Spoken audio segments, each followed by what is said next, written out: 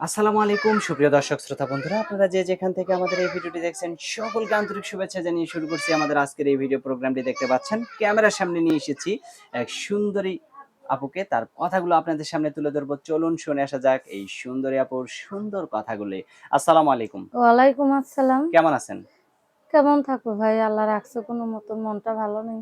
মনটা ভালো নাই? না আপনার ভাই। নামটা একটু বলেন। আমার নাম আমার নাম জান্নাতি। জান্নাতি, হ্যাঁ। মাশাআল্লাহ, অনেক সুন্দর নাম।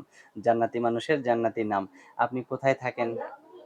মনে করো আমার জন্মস্থান বাসা বাইফেলাই। আচ্ছা। আমি বাইফেলাই ভাড়া থাকি। আমার বাবা নাই, মারা গেছে। আমার অসুস্থ আম্মু, ছোট একটা বোন নিয়ে।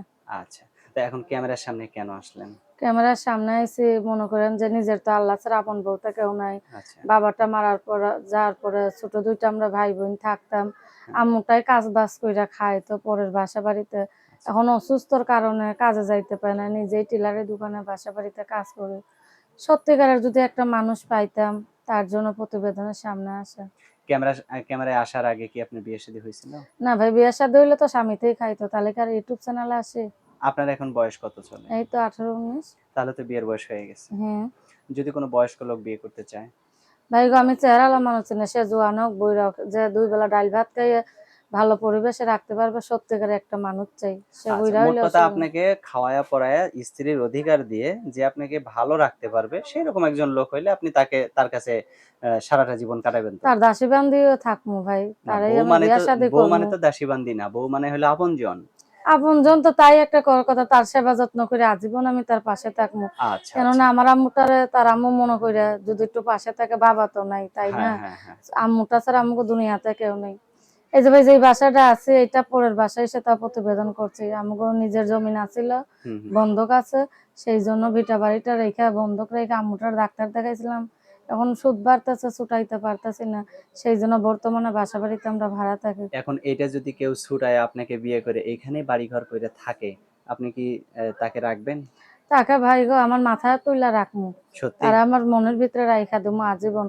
সে যদি আমার জন্য এত কিছু করতে পারে, তার পা ধোয়াইমু আর তার আমি খাওয়াইমু। মাশাআল্লাহ, অনেক সুন্দর কথা বলছেন। আপনার কথা খুবই ভালো লাগলো।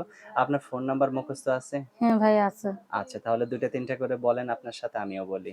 আচ্ছা, 017 017 57 57 43 43 83 83 06। 06। হ্যাঁ। আচ্ছা, অনেক সুন্দর। তো এই নাম্বারে ফোন দিলে আপনাকে পাওয়া যাবে তো সবসময়? হ্যাঁ, অবশ্যই পাইবেন ভাই। আচ্ছা, আর কিছু যখনই বলার ফোন আছে? দিবে সেখনই পাবেন। হাজারো আমি ব্যস্ততার মাঝে থাকলেও হ্যাঁ, সে ফোন দিলে 2 মিনিট হইলেও তার সাথে কথা বলবো। মাশাআল্লাহ, অনেক সুন্দর কথা বলছেন। এই যে, যে ঘরে দাঁড়ায় ভিডিও করছেন, এটাই কি আপনার ঘর? না ভাই, এটা আমি ভাড়া থাকি। আমার ঘর পাইবো কই ভাই গো? আমি মাটির ভিতরে ঘুমাই, কাগজের ভিতরে। আচ্ছা, আচ্ছা। মানে অনেক কষ্টেই দিন কাটে আপনার।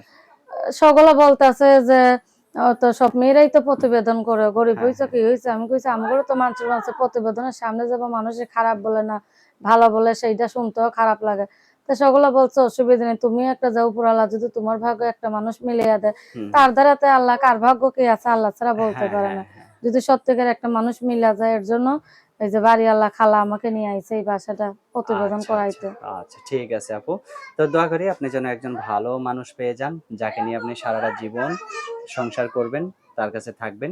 তো ঠিক আছে আপু, ভালো থাকবেন, হ্যাঁ? প্রিয় আচ্ছা দর্শক, আপনারাও ভালো থাকবেন। আর এই আপুটিকে যদি কারো ভালো লাগে, দেখতে পাচ্ছেন কতটা মায়াবী চেহারা, মায়াবী মুখটা নিয়ে দাঁড়িয়ে আছে ক্যামেরার সামনে। তো যদি এই সুন্দরী সুইট আপুটিকে যদি কারো ভালো লাগে, অবশ্যই ভিডিওতে দেয়া নাম্বারে যোগাযোগ করবেন। ভালো থাকবেন। আজ এ পর্যন্তই। আল্লাহ হাফেজ।